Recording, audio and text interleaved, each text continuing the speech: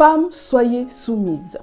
Cette phrase qui est utilisée comme une arme contre les femmes, alors que c'est la Bible qui nous recommande en fait d'être soumises. Mais vous oubliez la suite de ce que dit la Bible par rapport à la soumission de la femme. Parce que attendez, la soumission de la femme en fait bénéficie à l'homme. C'est le mari qui bénéficie de la soumission. En fait, c'est tout bénéf pour l'homme en fait d'avoir une femme qui est soumise. Imagine un homme qui a une femme qui n'est pas soumise. C'est très compliqué.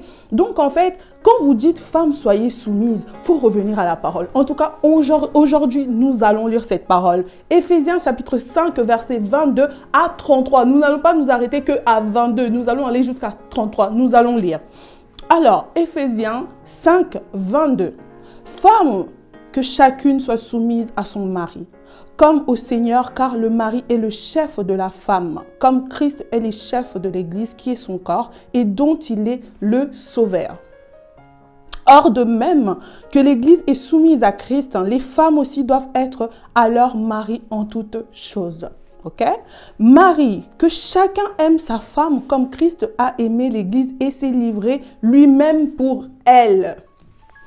Christ a aimé l'Église et s'est livré lui-même pour l'Église. Il s'est livré pour nous parce qu'il nous aime. Et nous sommes soumis à lui parce qu'il nous aime. Et il s'est livré pour nous. On continue. Enfin, de la sanctifier en la purifiant et en la lavant par l'eau de la parole, pour faire paraître devant lui cette Église glorieuse, sans tache, ni ride, ni rien de semblable, mais sainte et irréprochable. Ouh!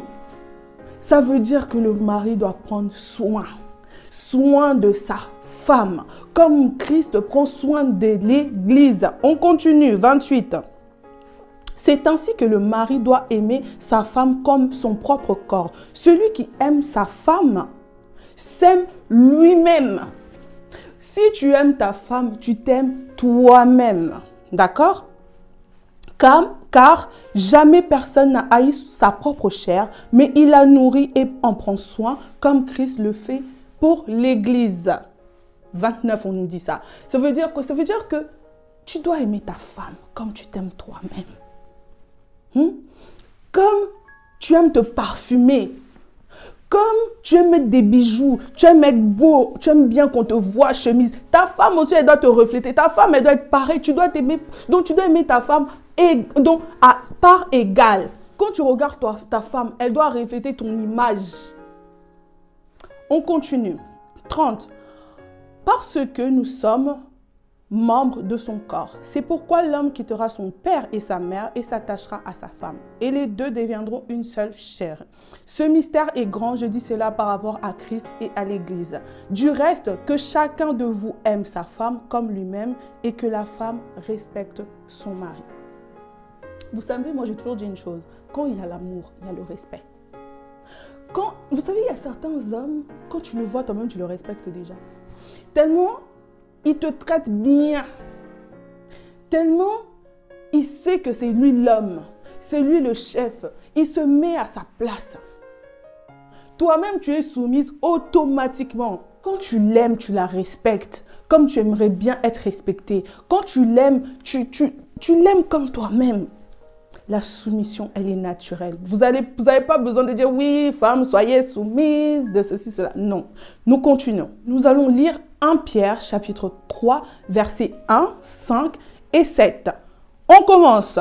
Femme, que chacune soit de même soumise à son mari, afin que si quelques-uns, le mari, n'obéissent point à la parole, ils soient gagnés sans parole par la conduite de leur femme. Qu'ils soient gagnés sans parole par la conduite de leur femme. Une fois de plus, ça nous montre en fait, les hommes, traitez bien votre femme parce que c'est votre miroir.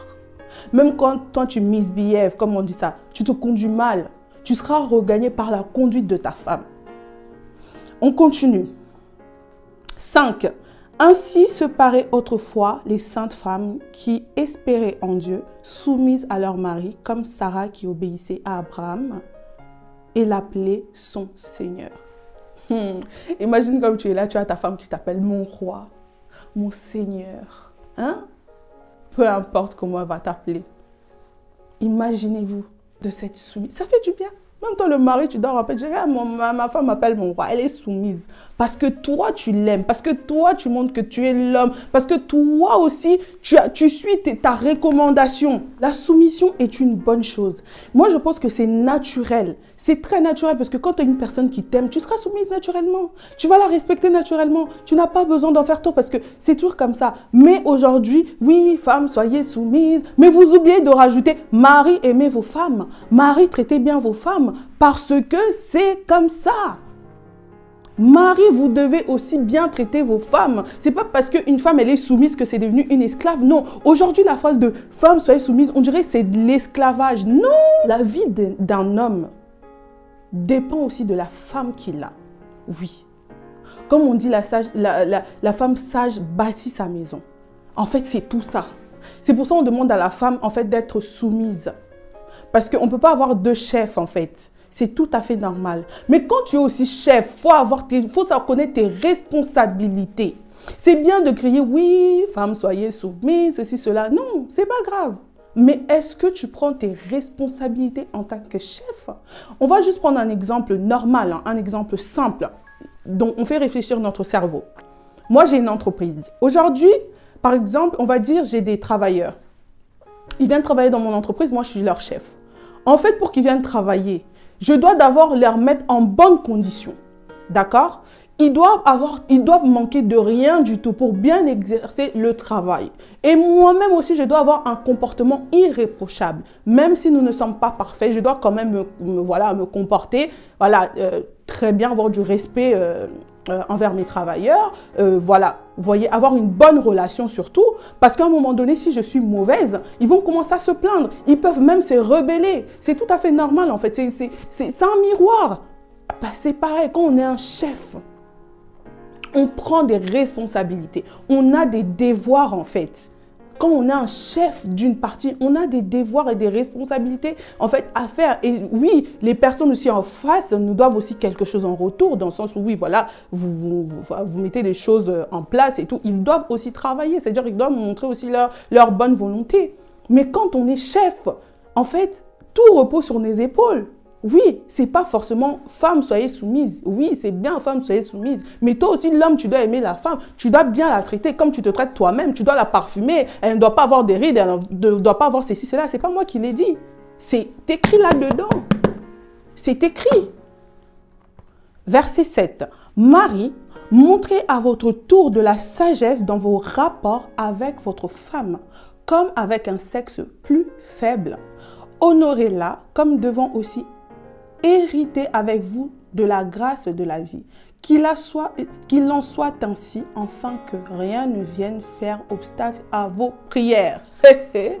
Rien ne vienne faire obstacle à vos prières. Toi, tu pries, mais avec ta femme, ça ne va pas. Tu veux que ta prière, elle aille où? Toi, tu pries, mais tu traites mal ta femme. Tu veux que ta prière, elle aille où? Tu pries, mais tu as une femme qui pleure chaque jour. Tu veux que ta prière aille où? Tu la traites mal. Tu vois que les choses ne vont pas bien. Mais tu as une femme que Dieu t'a donnée. Tu l'as mariée. Mais tu la traites mal. Tu ne la traites pas comme ton propre corps. Tu veux que ta prière aille où en fait? Dans 1 Pierre chapitre 3, verset 8, on nous le dit carrément. Non, verset 7. Qu'il soit ainsi afin que ne vienne faire obstacle à vos prière. Tu dois prendre soin de ta femme. Pour pas que même dans ta vie de tous les jours, tu aies des problèmes. C'est tout à fait normal. Si toi-même, tu te comportes mal, tu n'auras pas un foyer tranquille. Avec toute la bonne foi que la femme elle peut avoir, tu n'auras pas. Parce que si elle est en train de pleurer, toi, tu ne peux pas prospérer. Je suis désolée, ce n'est pas moi qui l'ai dit. C'est la parole qui le dit. Dans 1 Pierre 3, verset 7, on nous le dit. Marie, montrez à votre tour de la sagesse dans vos rapports avec votre femme. Comme avec un sexe plus faible, honorez-la comme devant aussi hériter avec vous de la grâce de la vie. Qu'il soit ainsi, afin que rien ne vienne faire obstacle à vos prières. Point. Que rien ne vienne faire obstacle à vos prières. Il n'y a pas que la soumission de la femme qui est relevée. En fait, il y a même plus que ça. On dit femme, soyez soumise, c'est tout. Mais vous, tout ce qui est dit dessus, tout ce qui est dit après ça, c'est beaucoup. Ne nous arrêtons pas toujours dans les futilités de femmes, soyez soumis. C'est ce qui est après qui fait la soumission de la femme. Parce qu'au final, si tu ne te comportes pas comme ça, il y aura la rébellion et c'est tout à fait normal. Il y aura vraiment la rébellion. Les femmes vont se rébeller, la femme va se rebeller. Et c'est dans la nature de l'homme, en fait, dans la nature humaine de se rebeller de quelque chose quand on sent qu'on est maltraité, quand on sent que voilà, là où on est, c'est pas bon. Ne demande pas la soumission à une femme si toi, tu ne remplis pas tout ça. Si tu ne remplis pas le fait d'être un chef. Nous tous, nous savons ce que c'est être un chef. Nous tous, nous savons ce que c'est être, enfin, un patron. Nous tous, nous savons ce que c'est gérer quelque chose ou gérer même des gens. Mais dans ta maison, c'est toi qui gères.